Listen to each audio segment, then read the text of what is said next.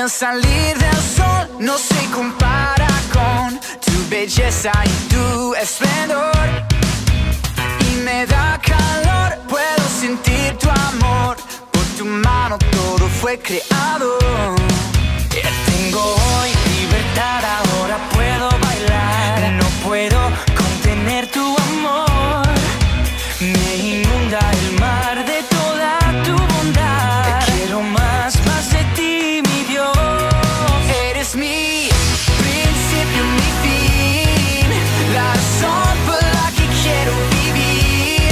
Cristo, eres tú mi pasión. Mi corazón por siempre es tuyo, Señor.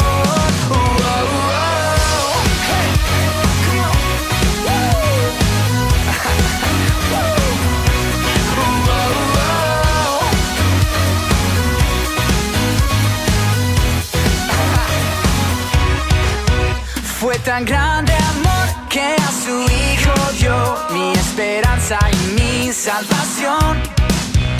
Hoy tu fuego, Dios, brilla en mi interior. Mi tristeza por gozo cambió. Tengo hoy libertad, ahora puedo bailar. No puedo contener tu amor. Me inunda el mar de toda tu bondad. Quiero más de ti, mi Dios.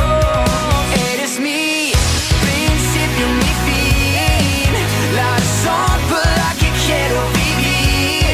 Cristo, eres tú mi pasión.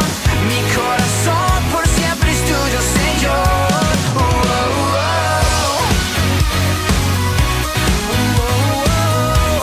Hey, come on.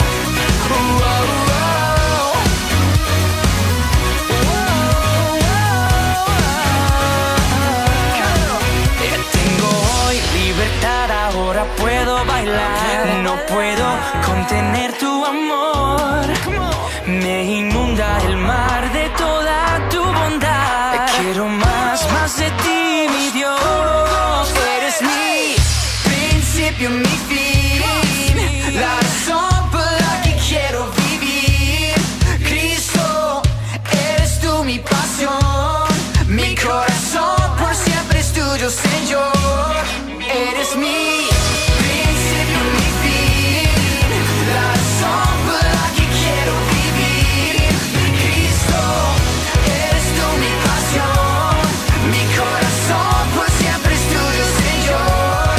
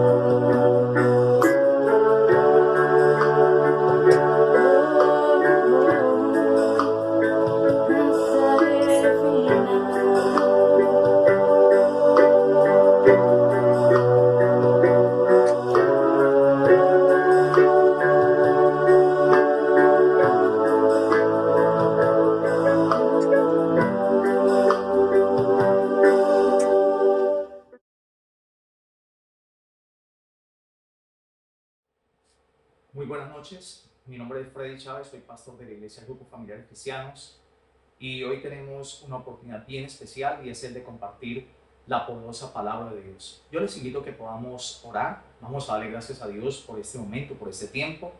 Padre, muchas gracias, Señor, te damos en el nombre de Cristo Jesús. Gracias Dios por este tiempo especial, Señor, por esta oportunidad maravillosa que tú nos das de poder aprender, de poder conocer acerca de los principios de tu palabra, los principios de tu reino, Señor. Muchas gracias, Dios. Prometemos darte toda la gloria y la honra en el nombre de Cristo Jesús. Amén y amén. Muy bien, el título del tema de esta noche es Plan Retorno, de regreso a casa. En estos días estuve leyendo un artículo donde nos habla acerca de 10.000 colombianos que literalmente han quedado varados en más de 40 países en diferentes lugares. Muchos de ellos son turistas, otros son estudiantes, otros son personas que salieron a hacer negocios o trabajadores temporales que no han podido regresar debido a la pandemia que obligó a las naciones del mundo, obligó a las diferentes naciones y los diferentes lugares a cerrar sus fronteras. La Cancillería, las embajadas y los consulados juegan un papel demasiado importante en esa labor de apoyo para el regreso de todas esas personas que se encuentran en otros países, se encuentran en el extranjero. Y esta misma situación acontece con miles y miles de personas en muchas naciones que quedaron atrapadas en lugares diferentes a su país de origen, sin dinero, sin mayores recursos y muchos de ellos sometidos a una fuerte presión xenofóbica. Todos ellos tienen una característica en común: anhelan regresar a su patria, a su lugar de origen. Buscan los medios de regresar a casa, claman pidiendo ayuda para retornar a su país. Al observar todo este panorama, además de la inquietud normal que genera esta noticia, que de paso confiamos en Dios en el pronto regreso de cada uno de ellos a sus casas, a sus lugares, a sus familias, muchas cosas llegaron a mi mente y a mi corazón e inmediatamente me conectaron con la Biblia, con la palabra de Dios. Quiero decirte algo muy importante, demasiado importante. Todo lo que nos acontece a nosotros, y es más, todo lo que ocurre en esta tierra, tiene un alto contenido espiritual y profético, el cual se convierte en un mensaje directo de Dios a la humanidad. Escuchemos o no queramos escuchar, queramos o no queramos entender, Dios siempre está hablando. La palabra de Dios utiliza términos como extranjero, peregrino, forastero, advenedizo, que nos muestran claramente que tenemos un lugar de origen diferente a esta tierra. Un día, Dios le habla al profeta Jeremías y le explica con detalle y le dice cuál es su origen, de dónde venía, de dónde procedía él y la misión a la cual había sido encomendada. En Jeremías capítulo 1, versículo 4 al 5, nos dice la palabra: vino pues palabra de Jehová a mí, aquí está hablando Jeremías, diciendo: antes que te formase en el vientre te conocí, y antes que nacieses te santifiqué y te di por profeta a las naciones. Lo que Dios le está diciendo a Jeremías es: Jeremías, tú aquí en la tierra tienes tus padres que te engendraron aquí en la tierra, pero yo soy tu Dios. Yo soy quien te engendré antes de la fundación del mundo. Yo te di un nombre, te conocí a ti antes que todas las naciones de la tierra fueran creadas. Yo te conocí a ti y te di una misión. Vas a ser profeta a las naciones. Cientos de años después, Dios llama al apóstol Pablo y le revela poderosas verdades muy similares a las que habló a Jeremías. En Romanos capítulo 8, versículo 29, la palabra nos dice: porque a los que antes conoció también los predestinó, para que fuesen hechos conforme a la imagen de su Hijo, para que Él sea el primogénito entre muchos hermanos. En estos dos pasajes, Dios nos dice, Dios nos enseña y nos muestra que fuimos diseñados en la eternidad, que tenemos un origen netamente espiritual. Mucho antes de ser concebidos y nacer en esta tierra, fuimos engendrados en el corazón del Padre. En Primera de Crónicas, capítulo 29, versículo 15, aquí habla el rey David y dice: porque nosotros, extranjeros y advenedizos, somos delante de ti, como todos nuestros padres, y nuestros días sobre la tierra, cual sombra que no dura. Mire, la palabra extranjero o el término extranjero es sinónimo de forastero. Es una persona que ha llegado a un lugar con una cultura, un lenguaje diferente, que vive o que está de paso en otro lugar, en otro país, en otra región. Y advenedizo, ese término viene del latín advenire, que significa el que no es de este lugar. Otro término, o otra palabra que utiliza la Biblia es peregrino. Peregrino es una persona que realiza un recorrido por regiones desconocidas para él o para ella. Los peregrinos son los que transitan por tierras que no son suyas, lejos de su propia gente, lejos de su propia cultura. En nuestro tiempo, podríamos decir que un peregrino es un viajero, un explorador, que emprende un viaje a un lugar desconocido para él, pero con un propósito definido. En la Biblia, el término peregrino implica un viaje, pero un viaje muy corto. Es alguien que está de paso, porque sabe que debe regresar a su verdadera patria, a su lugar de origen. Debemos recordar que en la palabra de Dios muchas situaciones se mueven con base en figuras, imágenes, tipos y sombras que son representativas de grandes verdades espirituales que son reales. En Génesis, capítulo 12, versículo 1, Dios habla a un hombre como Abraham y le dice, versículo 1, pero Jehová había dicho a Abraham, vete de tu tierra y de tu parentela y de la casa de tu padre a la tierra que te mostraré, y haré de ti una nación grande, y te bendeciré, y engrandeceré tu nombre, y serás bendición. Dios un día llama a un hombre llamado Abraham. Abraham estaba allí en su casa, y le dice, Abraham, heme aquí. Abraham, quiero que salgas de tu casa, vas a dejar este lugar, y vas a ir a una tierra que yo te voy a mostrar. Esa tierra no la conoces tú, pero en ese lugar te voy a bendecir, te voy a engrandecer, te voy a prosperar, y vas a ser bendición, no solamente para este lugar, sino para todas las naciones de la tierra y en todas las generaciones. Y Abraham dice, amén, acepto el reto. En Hebreos capítulo 11, versículo 8 al 10, ahí nos dice la palabra, por la fe, Abraham siendo llamado, obedeció para salir al lugar que había de recibir como herencia y salió sin saber a dónde iba. Por la fe, habitó como extranjero en la tierra prometida, como en tierra ajena, morando en tiendas con Isaac y con Jacob, que eran coherederos de la misma promesa. ¿Por qué? Porque él esperaba la ciudad que tiene fundamentos, cuyo arquitecto y constructor es Dios. Ahora, la Biblia, la palabra de Dios, está llena de peregrinos, de exploradores, de gente de fe, gente que se atrevió a ir a donde Dios le envió. En el capítulo 11 de Hebreos, este capítulo nos habla de hombres como Moisés, como Noé, como Abraham, como Isaac, como Jacob, como Jefté, quienes son descritos como extranjeros y peregrinos en la tierra. En Génesis capítulo 47, en los versículos del 8 al 9, esta historia es bastante especial. Recordemos que en tiempo de Faraón y en tiempos de José que fue vendido por sus hermanos, dice la palabra que Dios engrandeció a José y lo colocó al lado de Faraón, fue segundo después de Faraón. Hubo una hambruna muy grande en la tierra, una sequía tremenda, hubo mucha necesidad, hubo angustia, presión, dolor en ese tiempo. Y pasaron una serie de situaciones que usted las puede leer en la palabra. Allí en Génesis capítulo 40 hasta el 47, 48, usted encuentra toda la historia de José y de Jacob. Dice que su familia, su padre, sus hermanos, vinieron a vivir a Egipto. Cuando ellos llegaron allí, Faraón le preguntó a Jacob, que era padre de José, ¿cuántos son los días de los años de tu vida?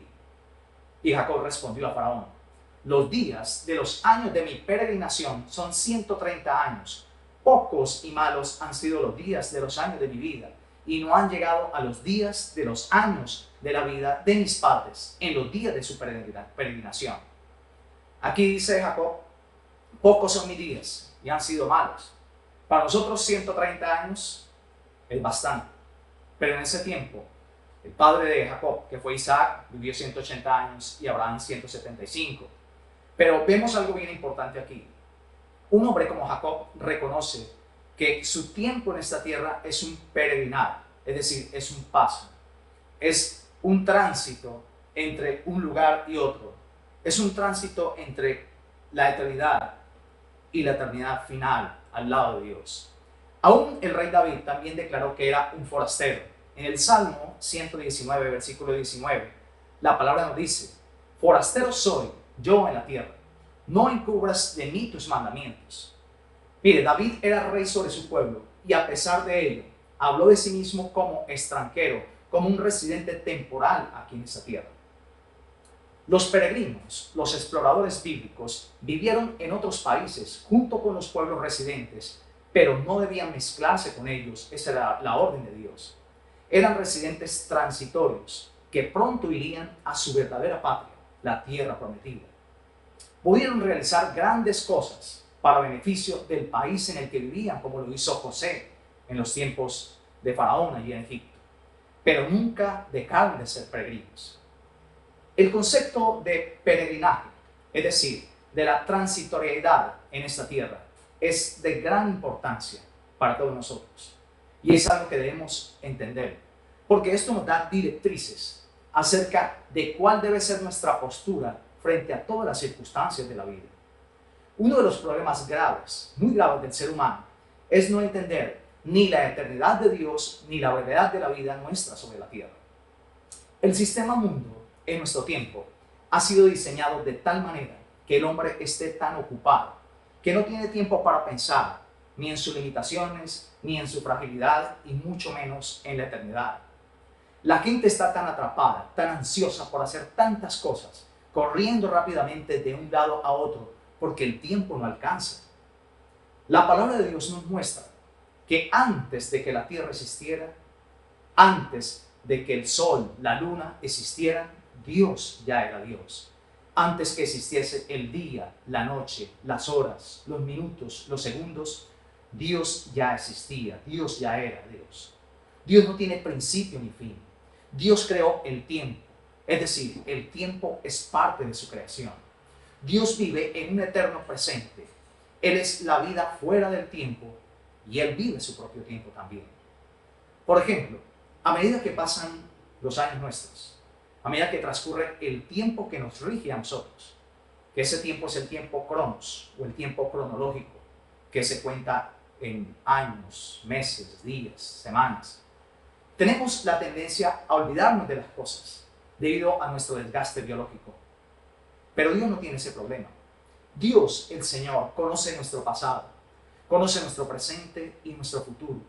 Dios conoce exactamente todo lo que nos acontece y recuerda perfectamente cada detalle de la vida de millones y millones de personas en todo el mundo, en todos los tiempos, en todas las generaciones. Él no está limitado por el tiempo. Él es Dios y Señor del tiempo, porque Dios es eterno.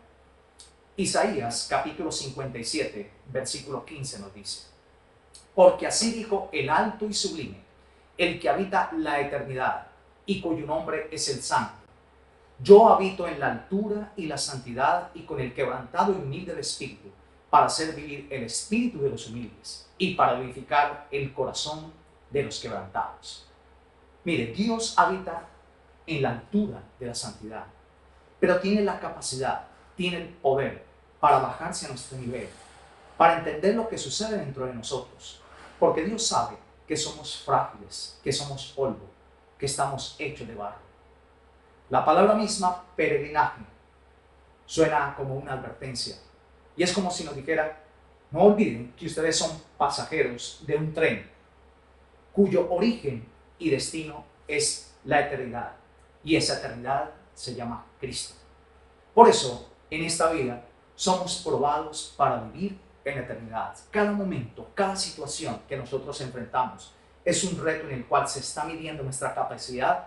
¿Para qué? Para enfrentar la eternidad, para vivir en la eternidad. Miremos otro pasaje.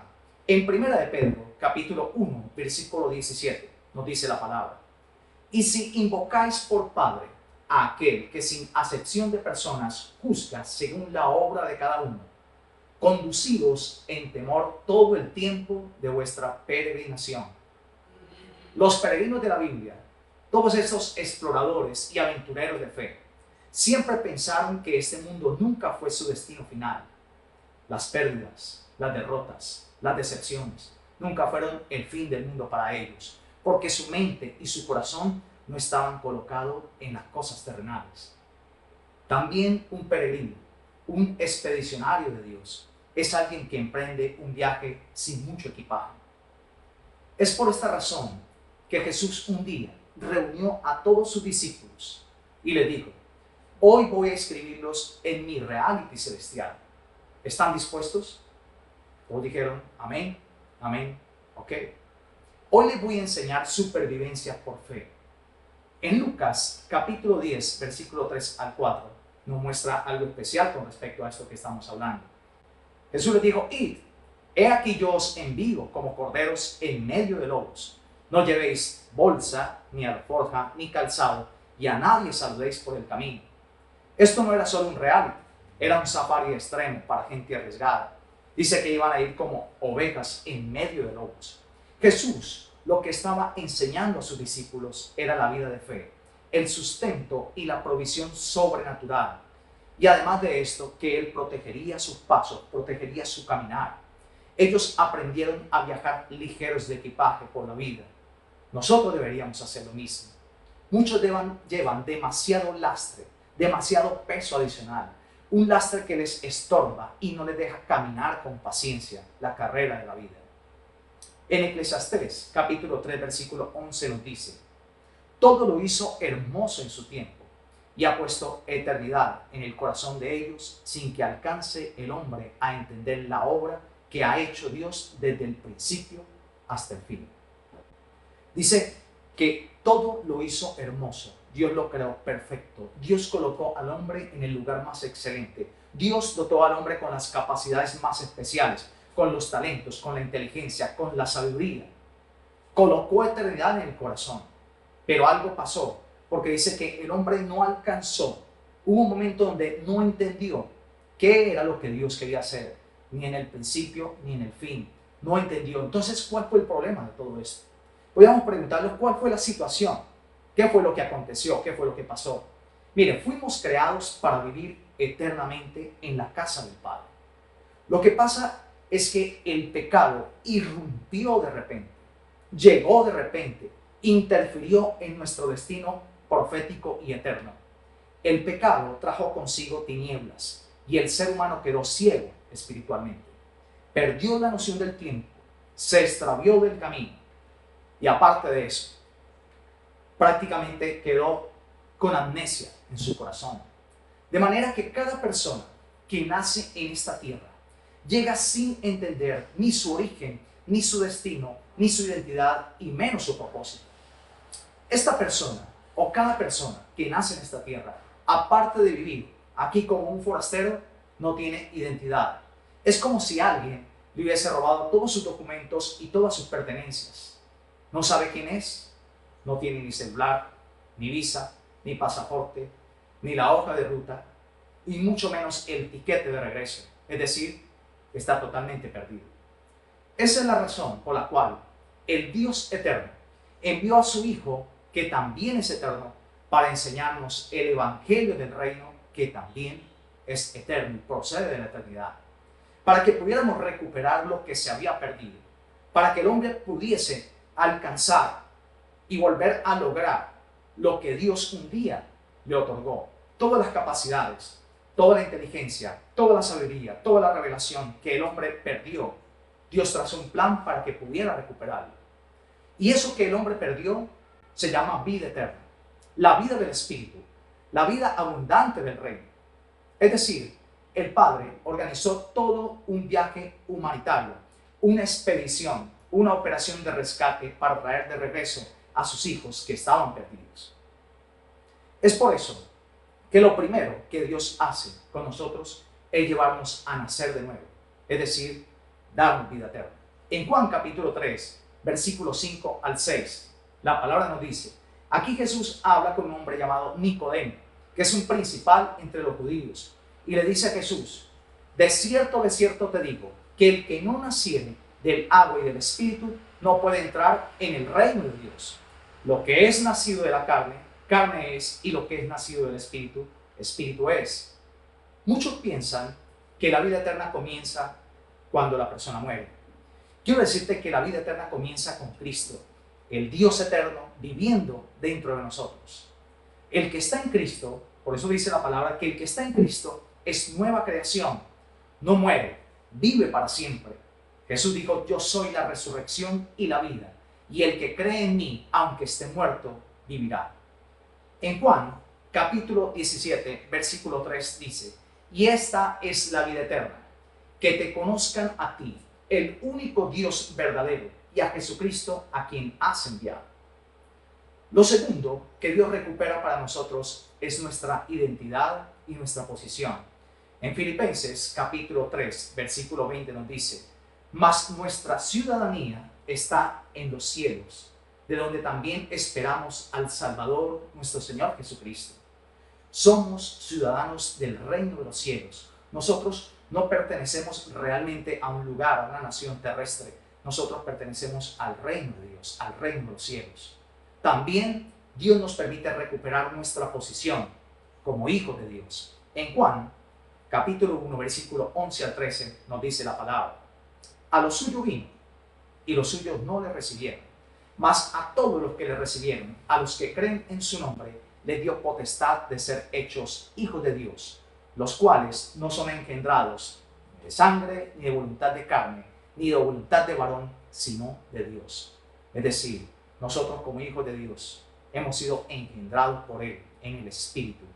Fuimos diseñados desde antes de la fundación del mundo. Dios colocó en nosotros de su amor, de su gracia. Lo que pasa es que el pecado hizo que se perdiera todo esto, que nos extraviáramos en el camino. Lo tercero que Dios permite que nosotros podamos recuperar es encontrar efectivamente ese camino. Mire, uno de los regalos más preciados para alguien que está perdido es encontrar el camino del cual se extravió, el camino del cual se salió. Por eso, de las cosas más gloriosas es recuperar lo que se ha perdido. Obtener el tiquete de regreso a la casa del Padre, a la casa eterna, con el gozo eterno, con el Dios eterno y glorioso. En Juan, capítulo 14, versículo 6, nos dice la palabra.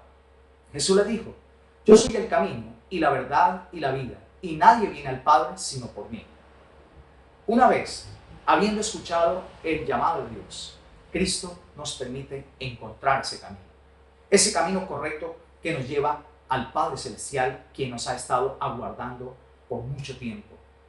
En Mateo, capítulo 7, versículo 13 al 14, la palabra nos dice, entrad por la puerta estrecha, porque ancha es la puerta y espacioso el camino que lleva a la perdición, y muchos son los que entran por ella. Porque estrecha es la puerta y angosto el camino que lleva a la vida, y pocos son los que la hallan. Mire, aquí nos está diciendo que la puerta por la cual va la gran mayoría, la multitud de gente en esta tierra, es esa puerta ancha, esa diversidad de caminos que conducen siempre a la destrucción y a la muerte. Mire, la gente de este mundo pasa por una gigantesca marcha, un río humano desbocado que se lanza y toma generalmente el camino fácil.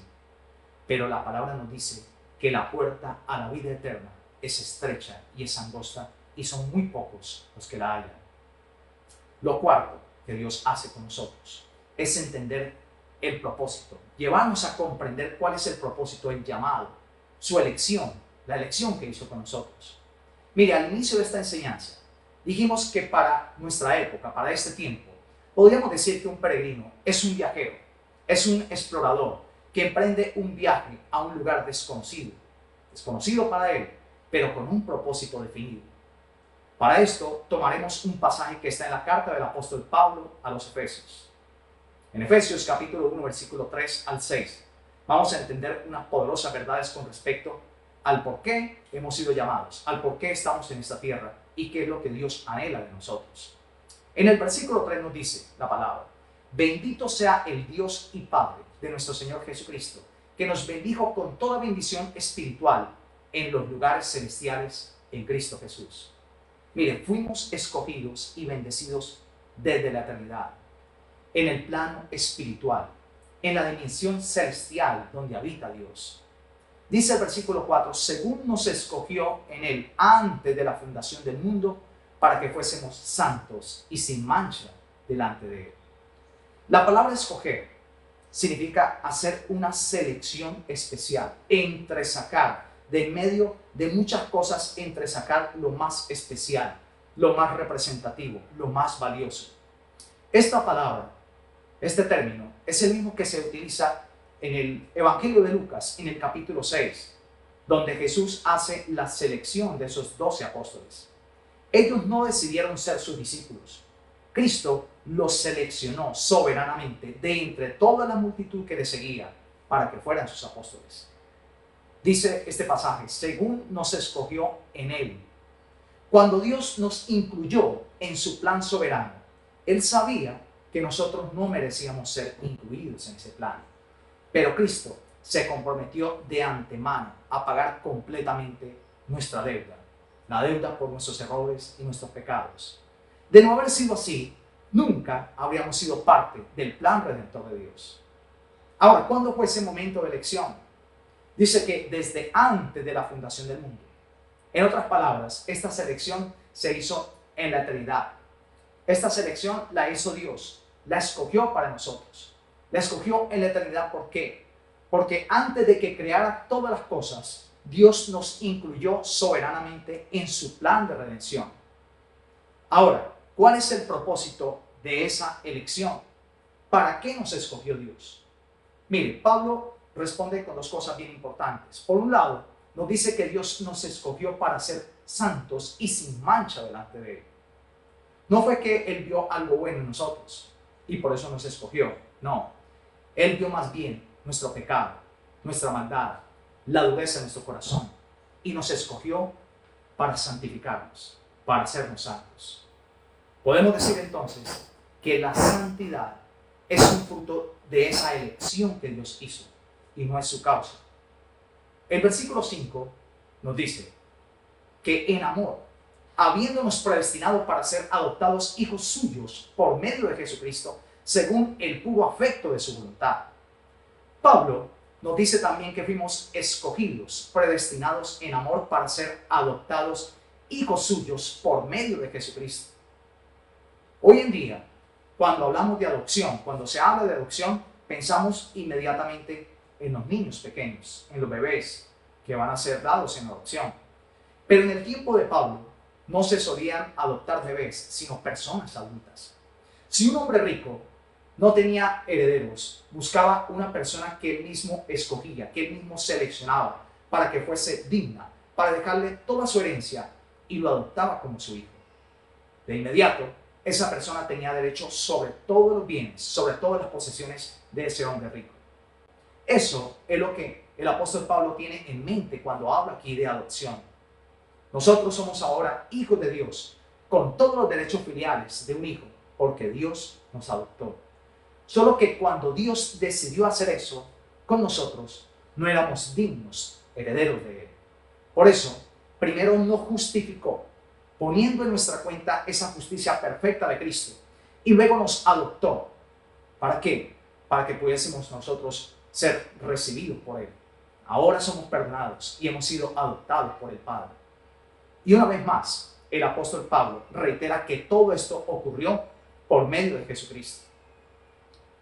En virtud de esa obra redentora de Jesucristo, que es aplicada a nosotros por la fe, el juez de toda la tierra nos declara sin culpa, nos declara libres, nos declara inocentes y luego nos recibe como hijos en su familia y nos concede un sinnúmero de beneficios, porque ahora Él es nuestro Padre y nosotros somos sus hijos. Mire, Dios tuvo una razón para esa elección. Dice, según el puro afecto de su voluntad. Él nos escogió conforme a su benevolente sabiduría, por su bondad que es santa y que no posee motivos impuros en ella. Dios se deleitó en amarnos desde antes de la fundación del mundo y conforme a ese amor soberano nos eligió. Por eso dice en el versículo 5 que fuimos predestinados en amor. Ahora, el versículo 6 continúa diciendo algo muy importante e interesante. Dice, para alabanza de la gloria de su gracia, con la cual nos hizo aceptos en el amado. Es decir, el propósito final de la elección es para la alabanza de la gloria de su gracia. ¿Qué significa esto? Para alabanza significa el reconocimiento que tenemos que hacer a Dios en adoración. De la gloria hace referencia a la excelencia divina, que es la santidad. Y de su gracia es la benevolente misericordia de Dios manifestada a favor de todos nosotros que somos indignos. Por eso podemos resumir que el propósito de la redención es exhibir la gracia de Dios de una manera tan eminente que sature los corazones con la excelencia divina que es la santidad y llene a plenitud los labios nuestros con alabanza para adorarle y para exaltarle a Él. Qué excelente, qué interesante, qué poderoso. Y una vez más, el apóstol Pablo conecta todo esto con la persona de Cristo. Dice, con lo cual nos hizo aceptos en el amado. Es decir, que después de todo ese proceso de nacimiento, de restauración, nos da una posición como hijos, nos purifica, nos santifica, dice que nos hace aceptos en el amado. Esa gracia nos fue conferida gratuitamente e impartida sobre nosotros en el amado. Dios, el Padre, ama a su Hijo con un amor eterno e inalterable, y nosotros estamos en Él, en Cristo. Y como consecuencia de esa unión, de esa fusión, nosotros somos ahora el objeto del amor del Padre y beneficiarios de todas sus bendiciones.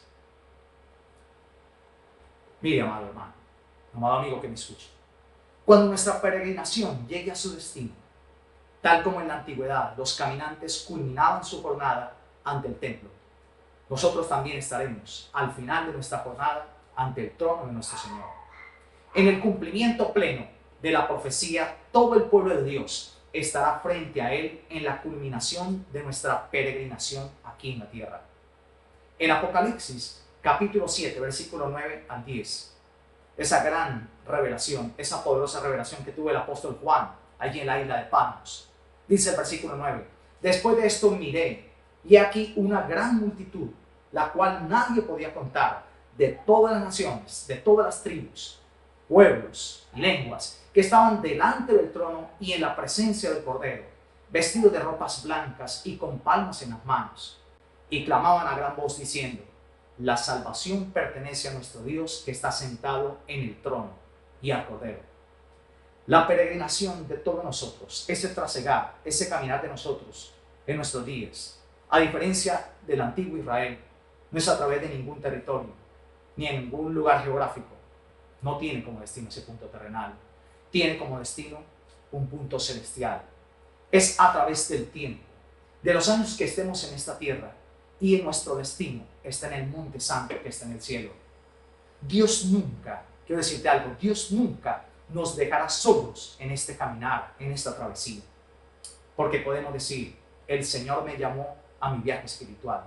Él será mi guía y me ayudará a realizarlo. Cuando Dios llama, Dios protege. Cuando Dios llama, Dios provee. Cuando Dios llama, Dios sustenta. Cuando Dios llama, Dios cuida. Podemos decir entonces con toda certeza, Dios me conducirá por todo este viaje, me conducirá por todo ese tiempo hasta el final de ese viaje. El tiempo es breve y la vida se va muy pronto. Estamos aquí para hacer que cada momento de nuestra vida cuente para Dios. Por lo tanto, debemos apresurarnos a volver a esa misión encomendada. Quiero decirte, estimado amigo, amiga que nos escuche, hermanos en Cristo, Dios ha trazado un plan poderoso para cada uno de nosotros. Dios nos lleva en este trasegar, en este peregrinar con un propósito perfecto y eterno, para que podamos ser santificados, para que podamos conocer al Padre, para que podamos conocer al Hijo y para que podamos darlo a conocer a otras personas también. Quiero decirte que Dios quiere transformar tu vida.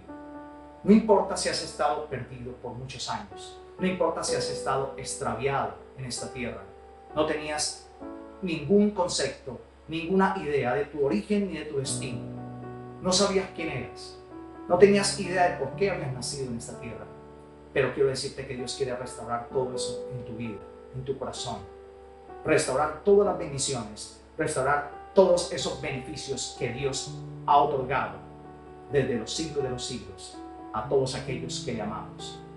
Yo te invito en este tiempo, te invito en este momento que podamos rendir totalmente nuestra vida a Jesucristo, que podamos decirle con todo nuestro corazón: Señor, te necesito, transfórmame, quiero nacer de nuevo. Yo te invito en este momento a que podamos hacer una oración, y esa es una oración de entrega total de todo nuestro ser, espíritu, alma y cuerpo. Yo te invito a que puedas cerrar tus ojos en este instante y que puedas hacer conmigo la siguiente oración. Señor Jesús, te doy muchas gracias por este momento. Gracias por darme una oportunidad más de vivir. Gracias por permitirme conocer esos principios perfectos y eternos de tu palabra.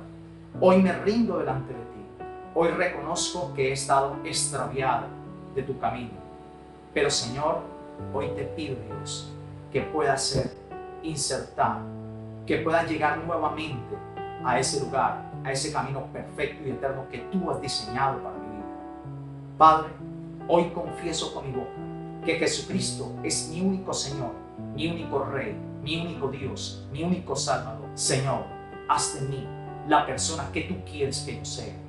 Te invito a morar para siempre en mi vida y en mi corazón. En el nombre de Cristo Jesús. Amén y amén. El Señor es fiel, ayer, hoy y siempre.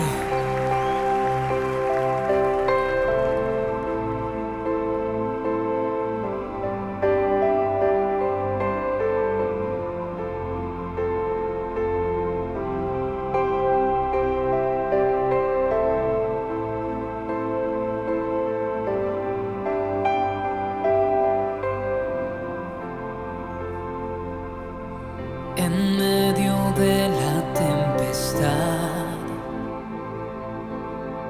oh, celebrando tu bondad, en dudas y en felicidad, yo confiaré en ti. Si hay sombras en el caminar, o cuando tu luz guiará, en mucho o en adversidad, yo confiaré en ti, pues tú has sido fiel.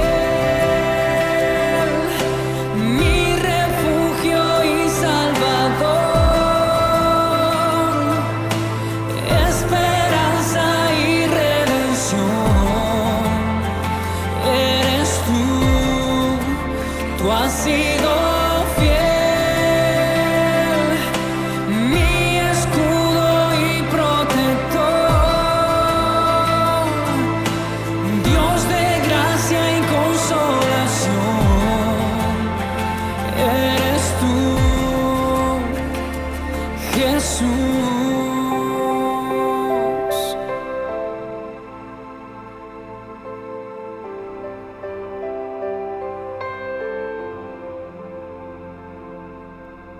Si hay sombras en el caminar, o cuando tu luz guiada, oh, en mucho o en adversidad, yo confiaré en ti, pues tú has sido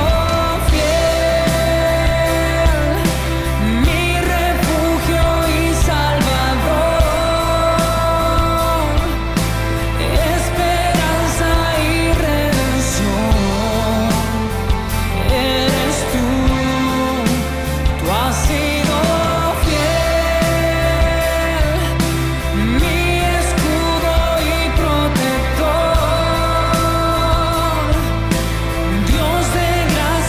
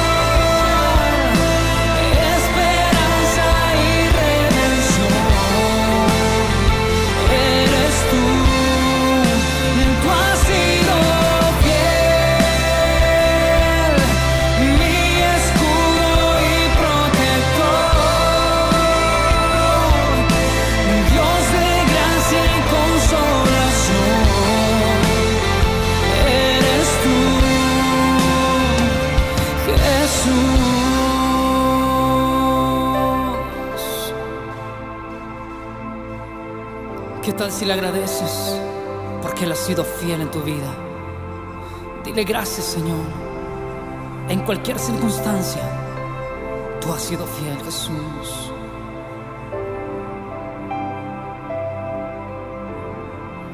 Te adoramos a ti. Dale un fuerte aplauso, Señor Jesús.